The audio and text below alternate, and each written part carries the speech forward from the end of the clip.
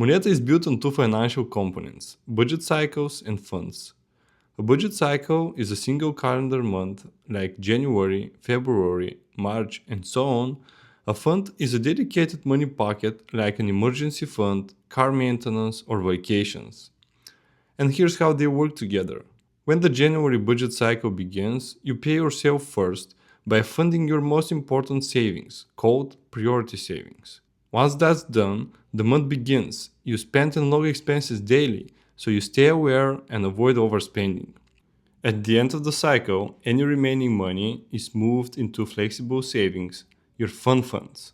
This removes the need to plan every single dollar, while at the same time it keeps your most important priorities on track. That's the big picture. Now let's take a closer look at the single budget cycle workflow from start to finish. For this example, let's imagine a couple, Ben and Emma, who have a combined monthly income of $10,000. Their first step is to create a plan.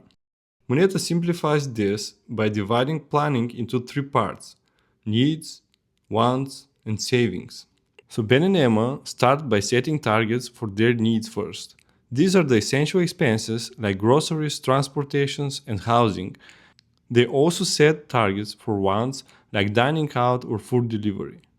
For savings, they decide how much to allocate to priority funds for the month and how the remaining portion will be distributed across different flexible savings. Once the planning phase is complete, the budget cycle can begin. The first step is to pay themselves first by funding their priority savings as shown earlier. They can now start with the month day by day by log their expenses. Logging an expense in Monnetta is simple and powerful because as they enter the amount, it's immediately clear if it's going to exceed the target. This is intentionally highlighted in blue and none in red. The idea here is that exceeding a single target should not be a problem. The blue highlight is just a warning. If this happens several times during the month, they may exceed the total target for the parent category, in this case once. However, if Ben thinks that the target should be adjusted for the next month, he can always drop a message in the built-in chat and discuss it with Emma during the next planning phase. With 1 week left, they slowly reach the end of the cycle. When that happens, they check how much to allocate to each flexible fund.